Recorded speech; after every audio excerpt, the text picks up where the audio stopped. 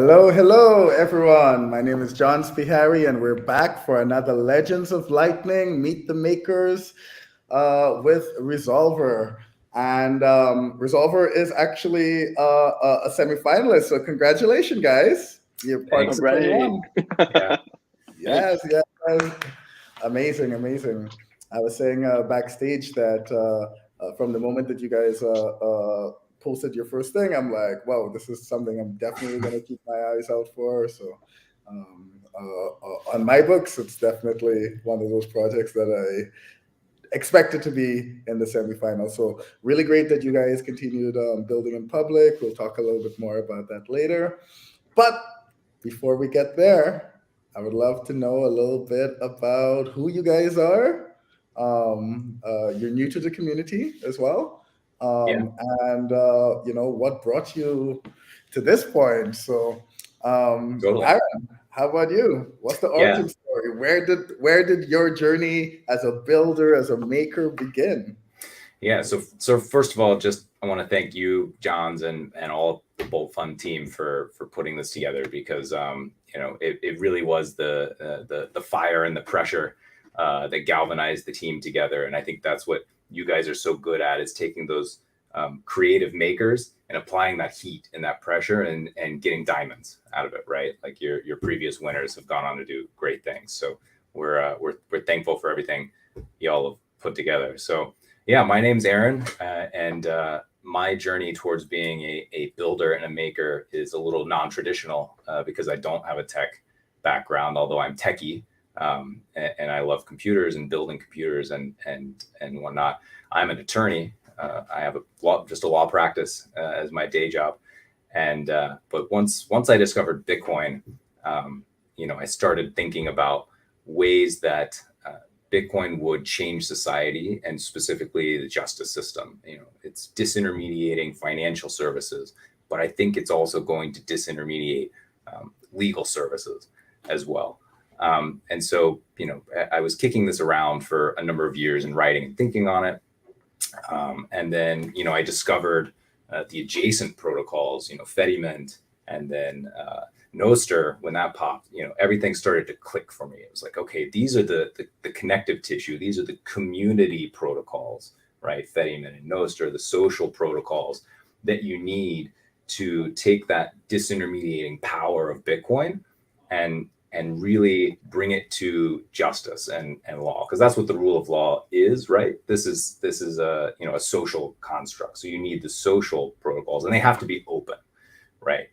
And we can get into that a little bit more about why specifically for justice it needs to be open source. But that was the kind of the aha moment for me. And so I started thinking through designs for dispute resolution systems using these open source tools. I put out some writings and designs and made some all calls. And then Dave got in touch with me, and a few other developers in the community got in touch with me. And we were having these conversations about these ideas and designs and how to use the tools. And then the Bolt Fund Legends of Lightning tournament was announced. And I emailed everybody I'd been talking with. And I was like, this is it. We gotta do this. We gotta build something now. And it was a nice time frame. We could do it, kind of in our spare time, although it started to become more than spare time towards the end there. That's kind of the origin and how I ended up being a builder, despite not having trained for that at all. I absolutely love that. The winner of the last Legends of Lightning, the founder, uh, uh, isn't a technical person either. He's like an internet marketing guy. Is Came up with that Juan from yeah, Lights Out? Juan. Yeah, Yeah, he's a Miami guy like I am. We know each other. yeah. And he did absolutely amazing. This is one of my favorite kind of like uh, if they call it like successful alumni projects and stuff, because not only just because they win, but because he didn't have the skills to actually get it built, but he had so much more skills that were very important to the building process of a company, of a startup, of a project, which is like getting the word out and stuff. And I think by the end of Legends of Lightning, he already had like 2,000 users. Like the team already had 2,000 users, which is like something that we haven't seen people be able to replicate as much, because they don't have that kind of person who's able to do the community engagement and to get the word of mouth out and stuff. We could build all the most amazing technology, but if you can't, if it falls on deaf ears, or if it, if the tree falls in the jungle, then did it fall at all? If anyone heard it.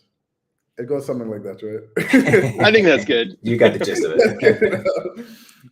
Dave, so what about you? What's your origins? And actually, you could Oh gosh. like maybe get to the point of like what led you to also reach out to Dave. Like, what's the events that led you? That led you to reach out to Aaron. All right. Yeah. I mean, I come from, I guess, not totally traditional tech background. I started in strategy consulting, and then, I mean, I've always been interested in finance and economics, and that was my undergraduate degree. And I was doing that, and then I wanted to leave to go build something real. Ended up working for Visa, doing some stuff there, and that's when I first kind of got into Bitcoin, just because I was like, oh, this is really interesting. It aligns to a lot of stuff that I've read about. I read the white paper, and that was pretty much it. And I've been fully indoctrinized ever since, and brainwashed, and all the good things, right? And then got into legal tech about 4 years ago. So that's what I do for my day job. I run product for legal technology SaaS, and I listened to all the pods, and I was listening to what Bitcoin did. Shout out, and Aaron was on there talking about Bitcoin and the legal system, and I'm like, this is pretty niche. I got to talk to this guy, because I don't think many people are in the middle of that Venn diagram. And just the timing worked out on everything. And Aaron looped me into his amazing network for this, and yeah, the rest is history, as Aaron has already put out there. And just excited to be here building with everybody. And like Aaron said, John's really appreciate what you're all doing at Bolt Fun. It's special. The community is, I mean, it's amazing, right? Just building product in other areas, it just doesn't work like this. It's a totally different experience. Yeah, and the team, again, I'm not a developer, and Dave has more skills than I do, but we needed and we knew some developers that we brought along with us to the project, but we needed more help and a bigger team, and this platform, this group that you built at Bolt Fun, and allowed us to do that, and allowed us to find some incredibly talented people. I mean, I still can't believe the talent that we have working on this project with us. Volunteer basis, so much work going into it. It is really really inspiring, and I'm just very grateful to be working with everyone on this project. And so again, just shout out to you, John. All credit to them. Yeah. It's these are one of the things that are kind of like opaque to me, right? Because like a lot of stuff are going, connections are being made, and you can't keep track of all of it, because it's like it's happening wherever. But like I do know a designer. You were looking for a designer at one point. Did you find them from the community? We did. Udi is one of those very talented people I was talking about, and design, visually, but also just strategy wise, has been just a godsend to us in organizing our project, and organizing what we prioritize building and how we go about building it. So I mean, that's again just amazing, the amount of talent that's out there in the world, and to have a platform like Bolt Fun, which is borderless, allows you to access all that talent and make those connections that you wouldn't if it was just a incubator in New York City or an incubator in Silicon Valley, right? I mean, that's what we're trying to do here, is break down borders and open things up. So it's just the tools for building the tools have got to be aligned, right? Borderless money needs borderless innovation, right? It can happen from anywhere place, and justice as well. Yeah. And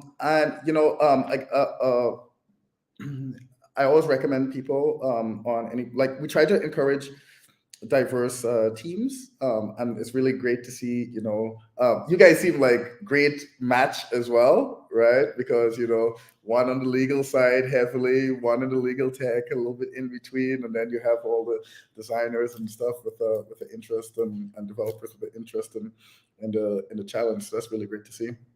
But UX is always something that's lacking in hackathon projects. So I'm really glad that you were able to find someone on the platform to help you guys out. But help you out for what, right? What is being built? Maybe you could tell us a little bit about Resolvr and what does Sure. it do? So How does it the work? idea, the thesis behind the group is open source justice, and what we mean by that is empowering communities to peacefully and voluntarily resolve their own disputes using open source tools.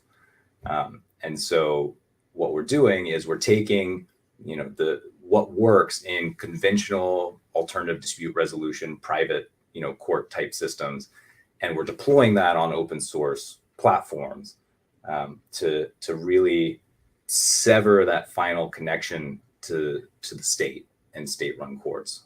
Because while they work for a number of people, and they work for folks in the United States and in the West, they don't work for everyone in the West. They're well-documented access to justice problems, even in developed countries.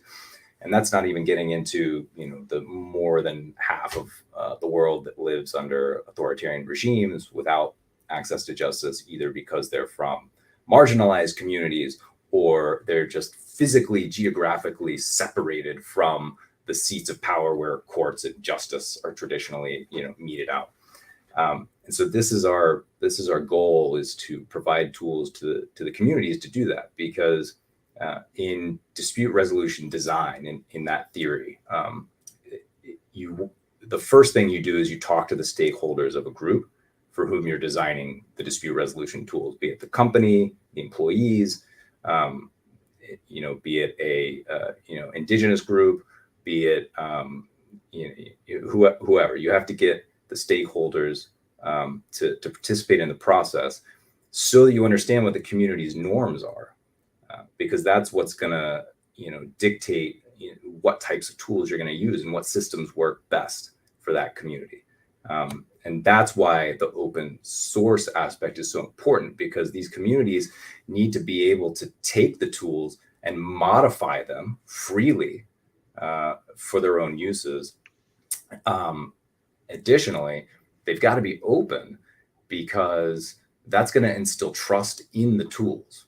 To my knowledge, and Dave can probably correct me if I'm wrong, there is not, to my knowledge, a single open source like dispute resolution software tool on the market, mediation software, anything like that. This is brand new territory, and because it's everyone wants to guard their moat, they want to keep their information proprietary. That's how they make their money.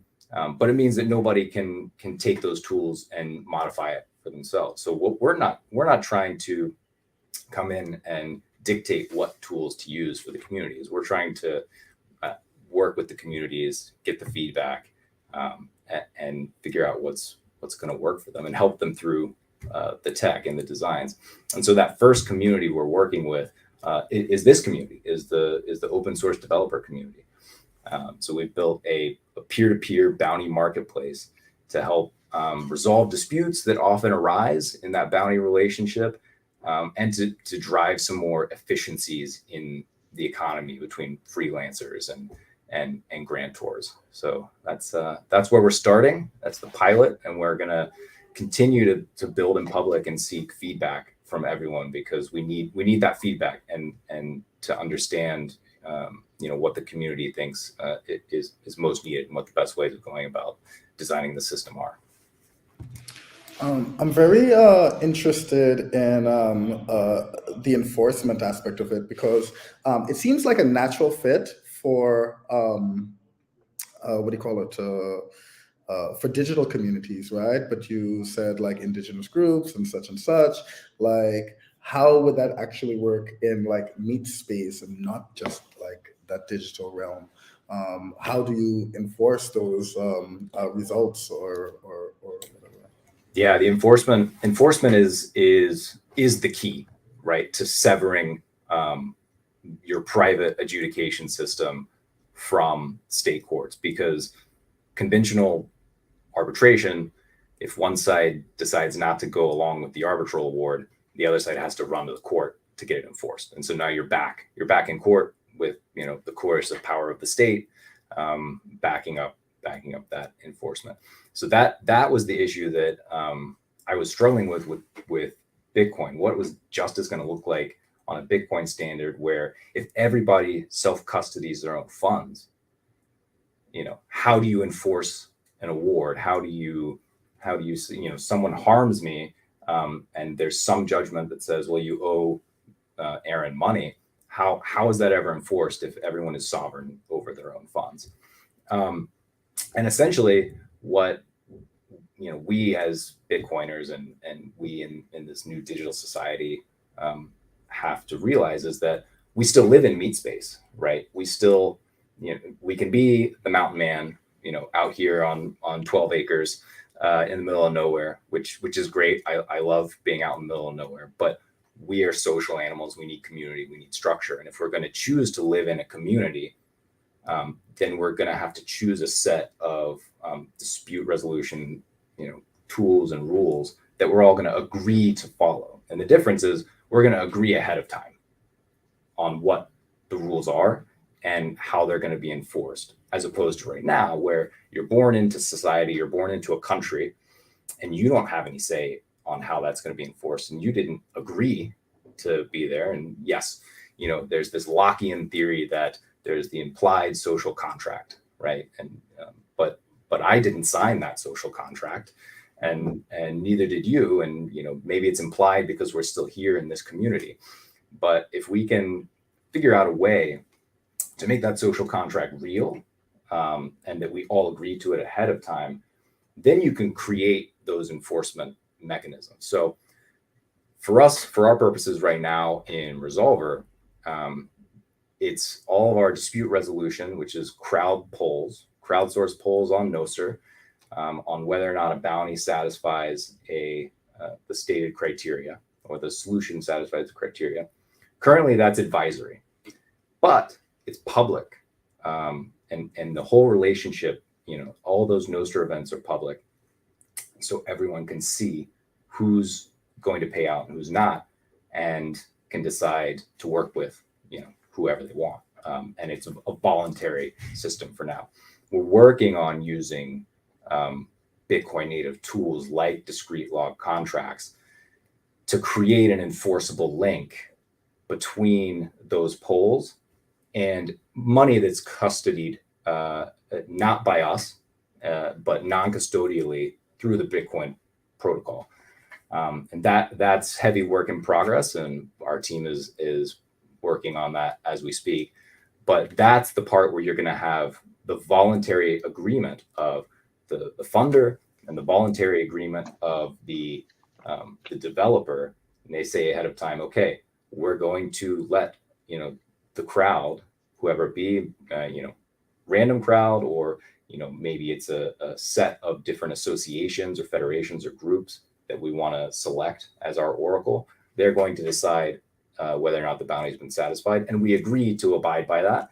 And the Bitcoin protocol is going to enforce it for us because we signed our contracts and we put them on the blockchain, and you know, the rest is history, so to speak. Yeah, thanks for that. You know, a few years ago, I heard about this super interesting, that there's this place called Liberland, and it's this disputed piece of land between Croatia somewhere else, I don't know.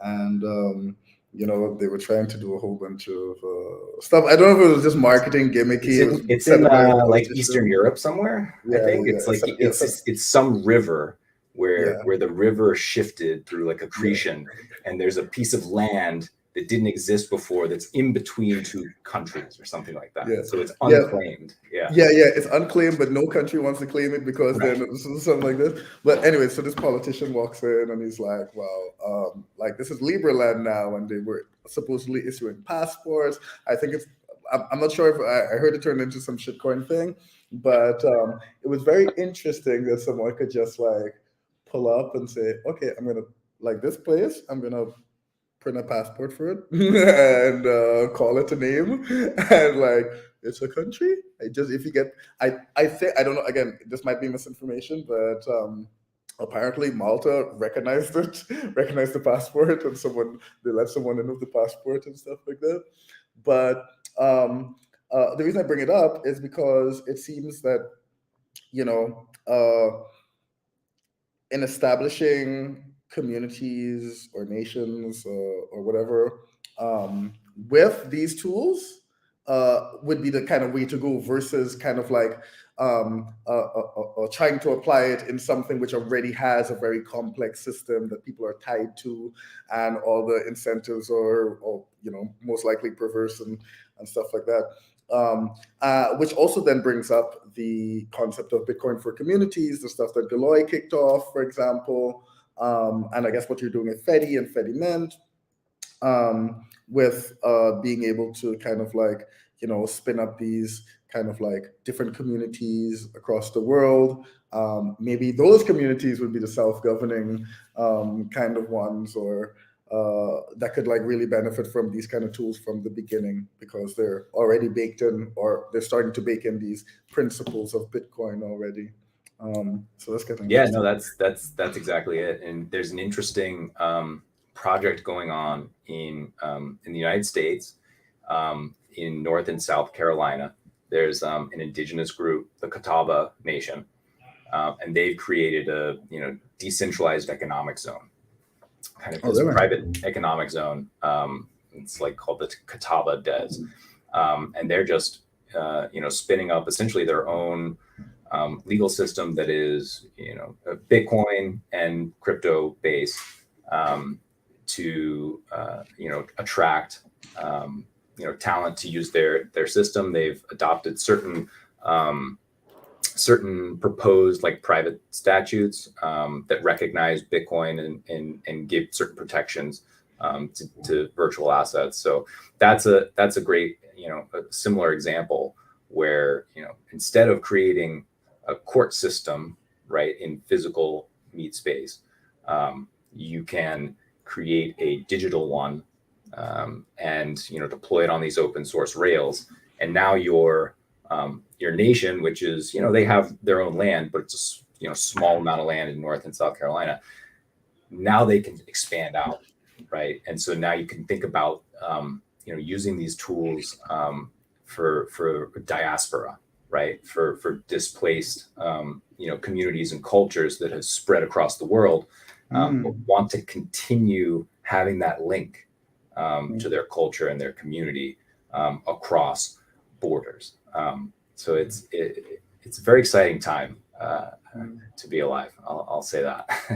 Yeah, and I think you hit on some interesting things there. And what's kind of nice about this team too is everybody's also a philosopher, and certainly Aaron's understanding of the law is deep and complex, and not all of us share that, but a lot of us share the whole concept of digital property. And if you think about those three pillars: life, liberty, property, I guess you throw the pursuit of happiness in there too, but never before has property been digital in a true sense before Bitcoin. And the law has always been coupled to that meat space concept. But now that you can put it more in the ether, all of a sudden you can do digital things for not really your life, but definitely your liberty, which is the ability to do work, right? And to maintain the fruits of your labor. And sometimes you trade that for physical property. And of course, if you take away somebody's life, they no longer have their liberty. They no longer have the ability to work and gain property. So, I mean, this really hasn't been possible before this point, before Bitcoin. And I think it's interesting to look at these communities and see, okay, what's their social contract for maintaining their rights to their property? And, I think this is all greenfield new space and really exciting. Whilst a lot of things might be, or like some components of it might be new and stuff, a lot of the design patterns and things, they're kind of already existing, right? Dave, I would love to know about, some similar kind of, like, obviously there's the Bitcoin part which sets and the Nostr and the decentralized open source part that makes it different from everything else out there. Those are given, right? That's why we're doing Legends of Lightning, promoting freedom tech, freedom tools, and makers on that pursuit of freedom. But what kind of examples have you guys,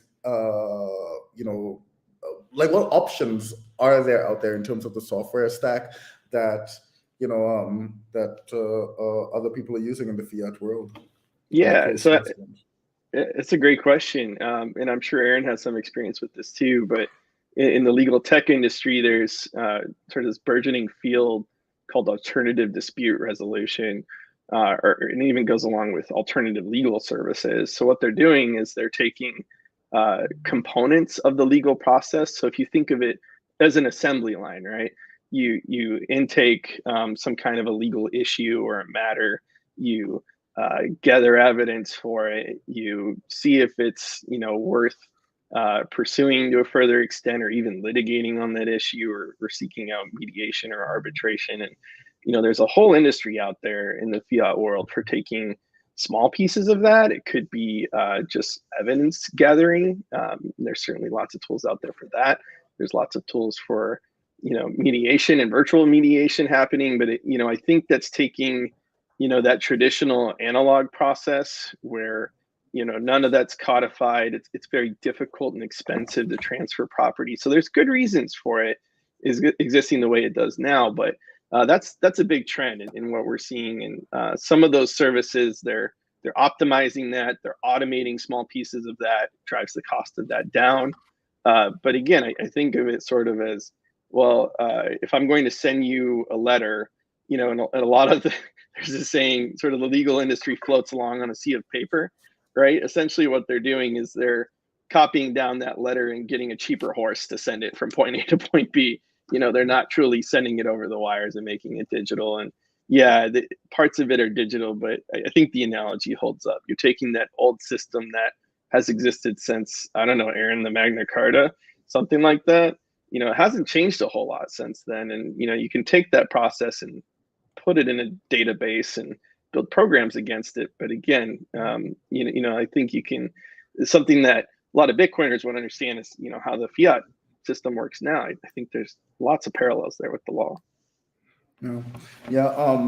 Marin, our peak shift lawyer and Bitcoiner, we have a lot of discussions about like law and Bitcoin and stuff.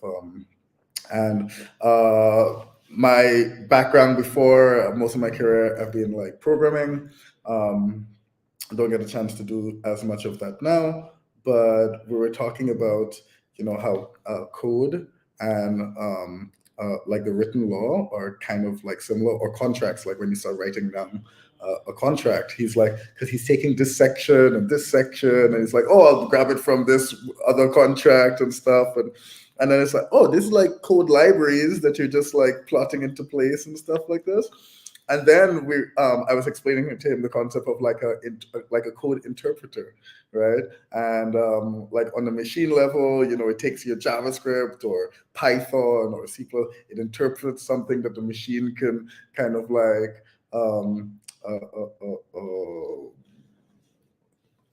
that moves the electric circuits and whatever right, the around, switches, right? Yeah, exactly, right. The logic down to the CPU. Yeah, there you go. You're a bit more on the hardware side of me, and that's kind of like the court system right there, right? That's wild.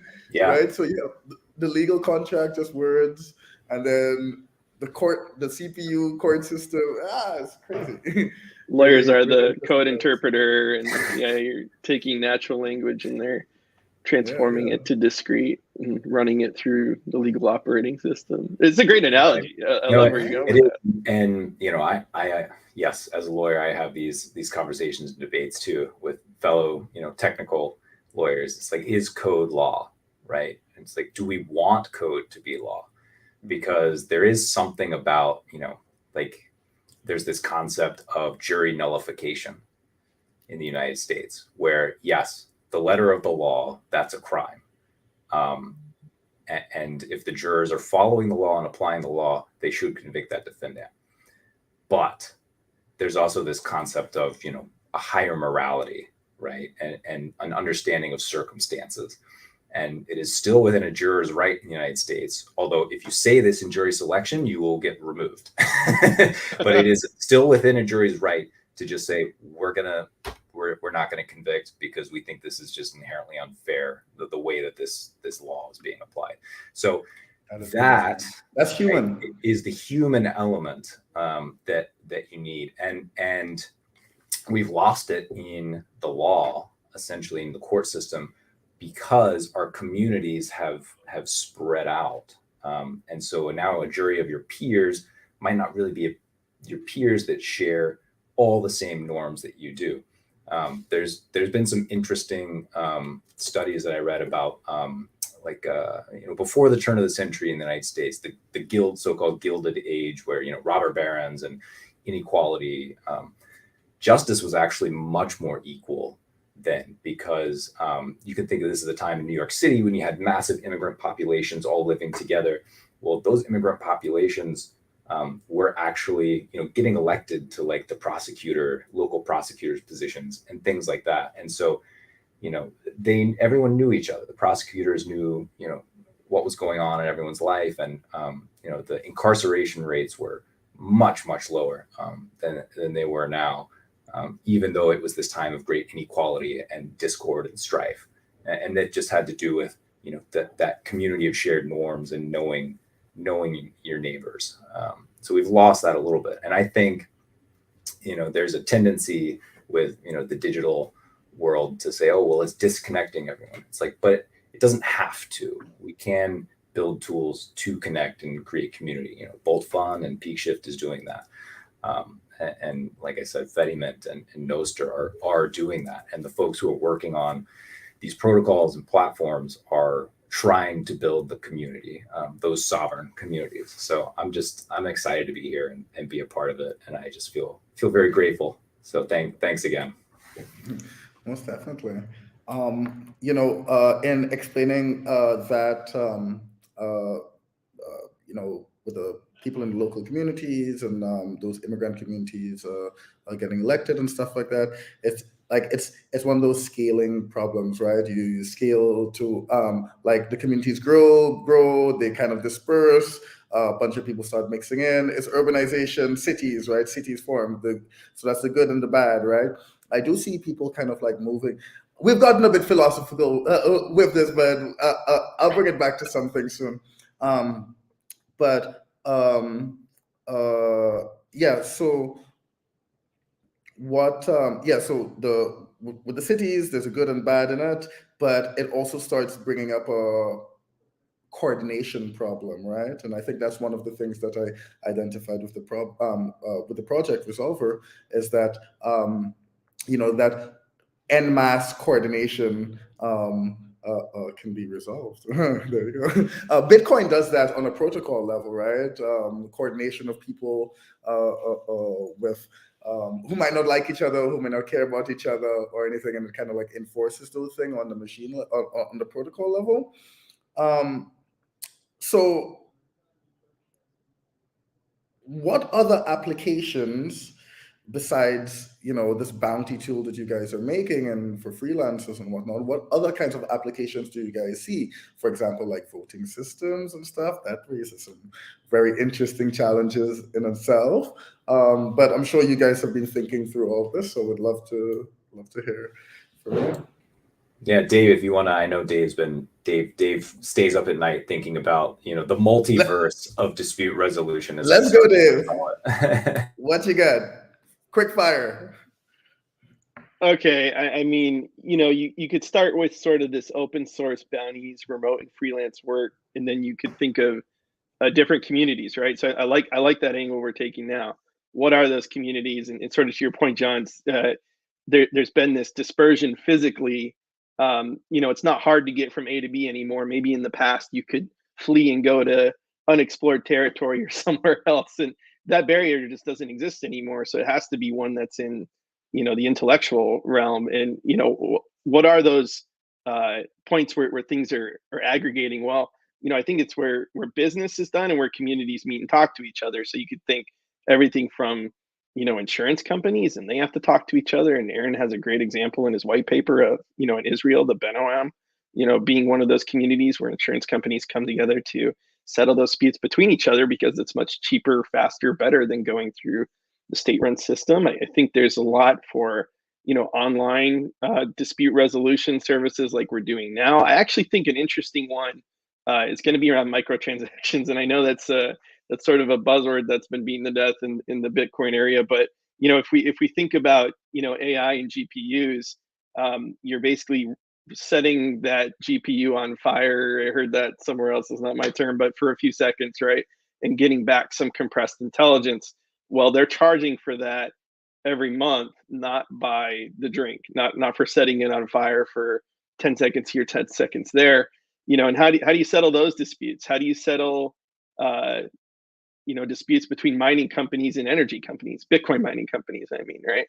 So that's another interesting one where we've been talking to some people in the community. So I think the use cases are pretty much infinite. You think of pretty much any community and look at the process, and it's going to be painful. And there's some hilarious and tragic stories out there that we have in our pitch deck of things gone awry, and maybe you've had that happen in your life and had to resort to the legal system or to some authority and just been frustrated with how long things take. And but again, if you can opt into certain rules before you enter into that community, and it's almost, to be part of this community, we have to share that normative value. We have to share that social contract with each other as an understanding that as we come together here, in this interaction, here are the rules that we have, and it's very specific to that community rather than having a gigantic centralized system that has to work for every single scenario. So again, I think there's infinite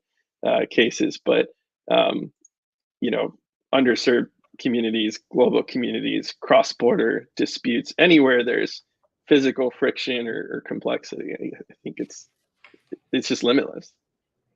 Yeah, so in our backlog of things that we wanted to build for the past 2 years, but still haven't been able to get the resources to get them done or the time, is actually we won the first like Bolt Fund as a platform. It's an open source project as well, but we started integrating things like Noster, like Login, like some Bitcoin tech like WebLN throughout it. It was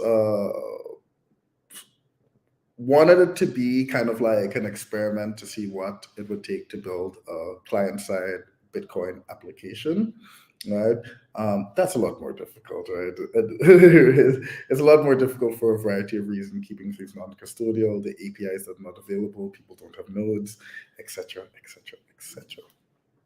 But we had a donation page. Not many people used it, but it's still up. And we wanted to be like super transparent with how much funds we've received.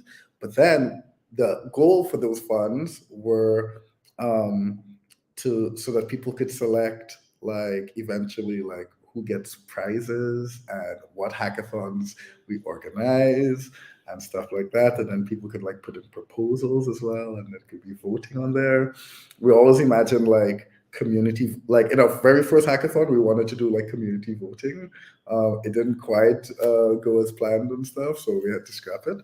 But it's still kind of like one of those things that like it's still in the back of my head of like, wouldn't this be so cool if we could build this into the platform? Would something like that be supported in like what you're trying to do with Resolvr, or is it the bounties product, the thing that you guys are going to focus on? Is it going to be the OS? So that's great that you bring up that example, because Udi, our designer, actually, this is something he's been beating the drum on too, is with me, is fundraising, and the inherent conflicts that arise when GoFundMe or Kickstarter projects raise all this money, and then through the course of trying to do what they set out to do, they realize they can't do it and they have to make compromises, or maybe they just completely pivot and do something different. And the community that funded and wanted that specific product built is now has no recourse, right? So that is something we're definitely thinking about, is how to use these non-custodial escrow tools with Bitcoin, coupled with a dispute resolution mechanism like some kind of crowd polling to direct the use of funds consistent with the original intent. And then if there's a shift, right, then the person who gets the funds, Bolt Fund, whoever, says, look, here's all the work we've done to try and do what we set out to do, and we can't do it for these reasons. And then maybe that's something that arbitration system would hear and understand, and then decide, okay, well, you can go forward and use the funds for this new project that's aligned, or you have to give everybody their funds back. But if those funds are in custody, and it gets harder to do when you're on chain with fees, and aggregating a lot of individual donations, especially small ones, into some big escrow pot. If anybody has ideas on how to do that, please drop into our Discord, because that use case is definitely something we're exploring, and it's kind of adjacent to what we're doing now with bounties, for sure. I do have a difficult one for you guys now, though. Dave, you probably would be a good person to answer this. Sorry to bring it up, but Sybil attacks in the digital space. Attacks. Yeah. We've been thinking a lot about that. We had some comments too on some different forums about Sybil attacks. So there's lots of ways to mitigate that risk. I don't know if it's ever foolproof, but you can increase the cost to implement that Sybil attack. Yeah. Maybe we can explain this for people a little bit. Maybe you could do an explanation. Yeah, so it's faking you're somebody in order to achieve a certain result from the system, and basically gaming the system to get that outcome. So just like mining in Bitcoin, if you have greater than 50%, 51% of the network, or 50% plus whatever, right? You can go and enforce, a certain conclusion and publish that to a block, right? So we would want to avoid the same kind of thing. If we're taking a poll, if you seed the system with a bunch of Sybils, which are, basically bots, right? You think of it as a bot attack almost. They could just swamp the system and always get the outcome that they want. So yeah, hopefully that analogy makes sense. And so for the way the system's set up now, currently, there's a few guardrails. One is that the polls themselves are advisory, and they're not binding. And so and again, we're using Nostr. All these events that happen on all these bounties are Nostr events that are publicly available and viewable. So if you see a poll result that looks very shady, you can see, it's 100%, for, one person, and, you can click on all the, in-pubs that were voting on it, and you can see that this was their only activity, or they had a little bit of activity. The community can look at that data, and the person who didn't win can say, look at this. This is not, essentially this is a forged vote. And the community can take that into consideration, right? The other piece we have is Nostr allows, this is in a NIP that's been merged in early on. One of the first external identities you can link to your InPub is a GitHub account. That's, if you go to the NIP, it's the first one. Nobody really has that implemented except for us and Amethyst, I believe. This is where I discovered it, on the Amethyst app for Android. So you can import your experience and your activity and your history and your reputation.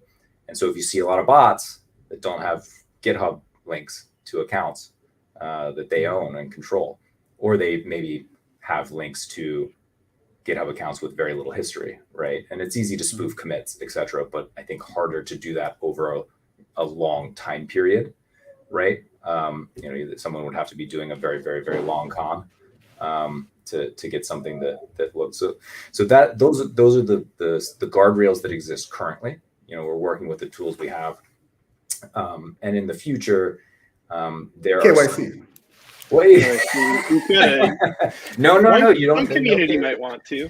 Yeah. Correct. Yeah. Correct. Yeah, if a certain community, right, like an insurance community wants that, Mhm. then that's certainly an option. But there's other ways, game theory implementations where you can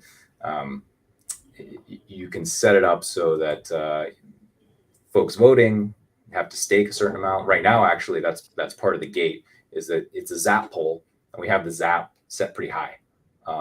It's like 1,000 sats right now, which is probably too high, but for these lower value bounties. But that's something that we could algorithmically scale based on the value of the bounty, right? And then you get into the question of, well, what's the incentive for the users to go and pay sats to vote on somebody else's dispute?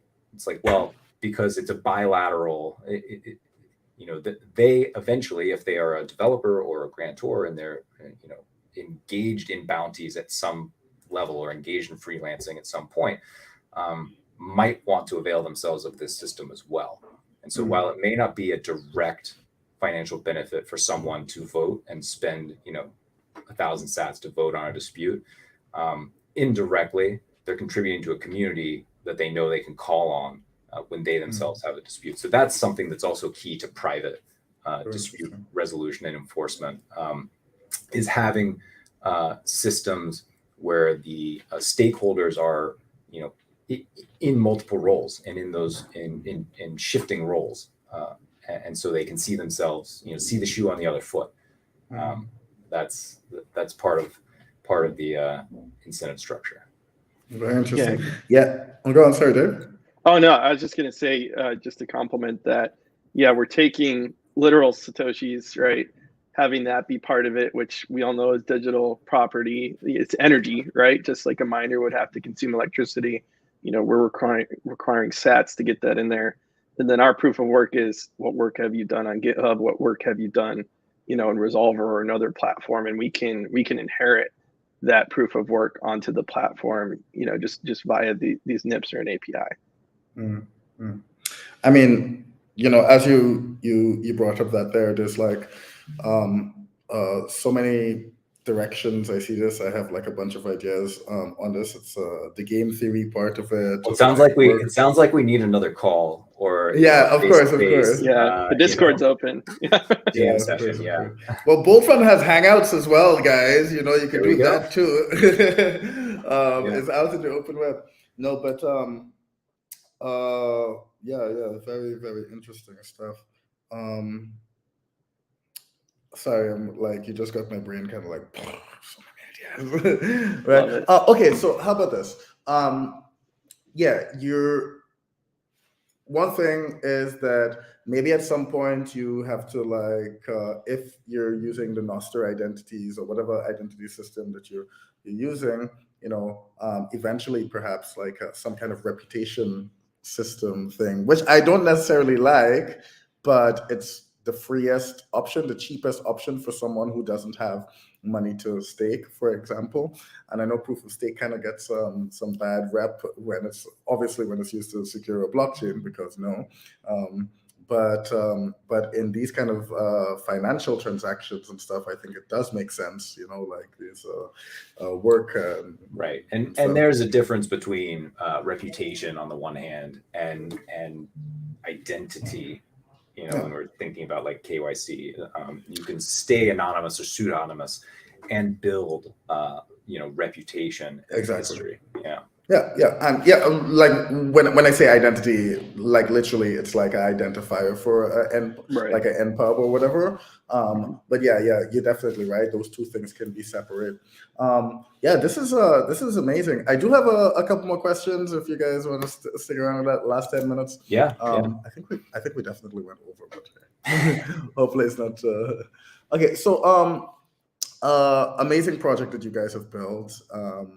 Amazing conversation on philosophy and stuff, and the law. I would love to know a bit about your journey during this tournament, right?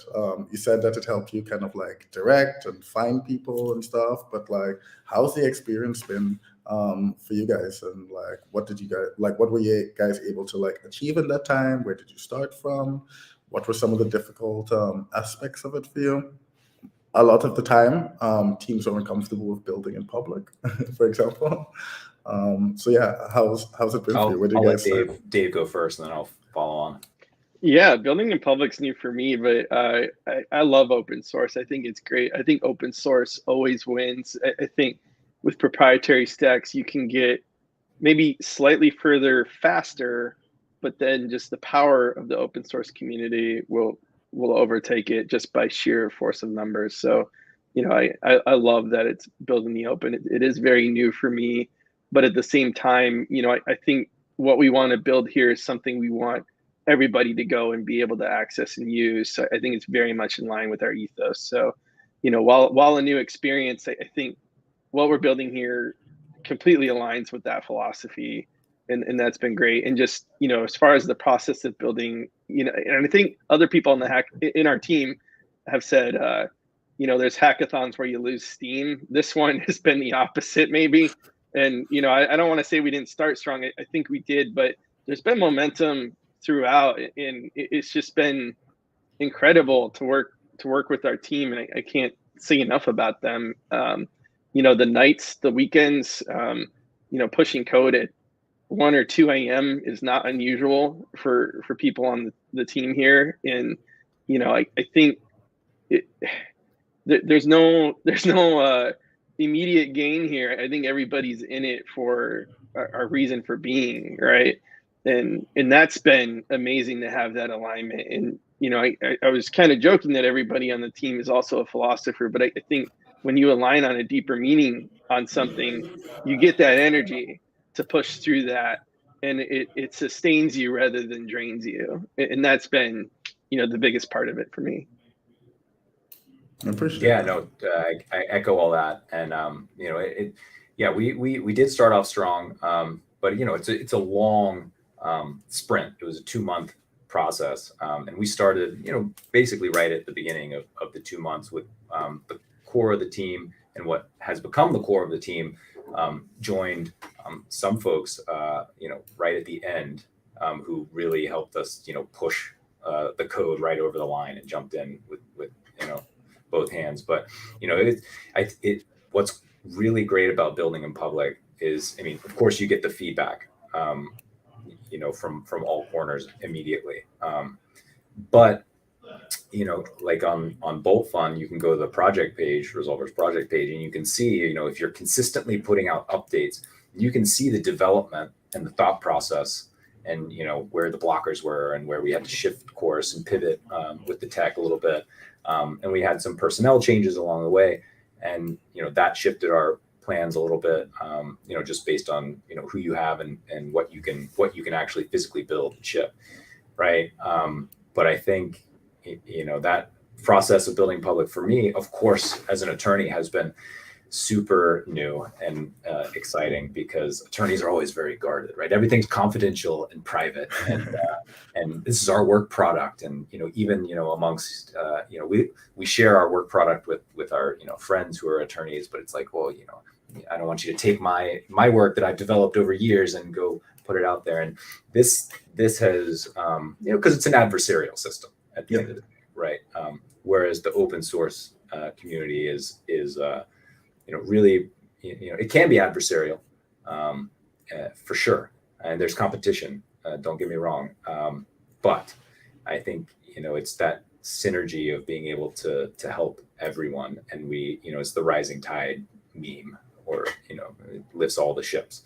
So that's been great to see. So I'm trying to take that concept and apply it back into my my law practice, and where I can, there's confidentialities you can't breach as an attorney in some instances, but open sourcing a lot of what we do is, I think, just good for everyone, and it provides that access too, because I think the more you can at least in the law, I'm shifting back to the law, the more you can open source the tools and allow people to not have to hire us and pay through the nose, that's better for everyone in the long run. So, well, the quality of what you do also increases as well. A lot of people end up doing things that they feel like, oh, this is a drag, I don't really like this, but you're keeping your industry at a certain standard, and obviously for everyone else. And that's another good point too, is the quality of the product when you build it in public is just better because it is being assailed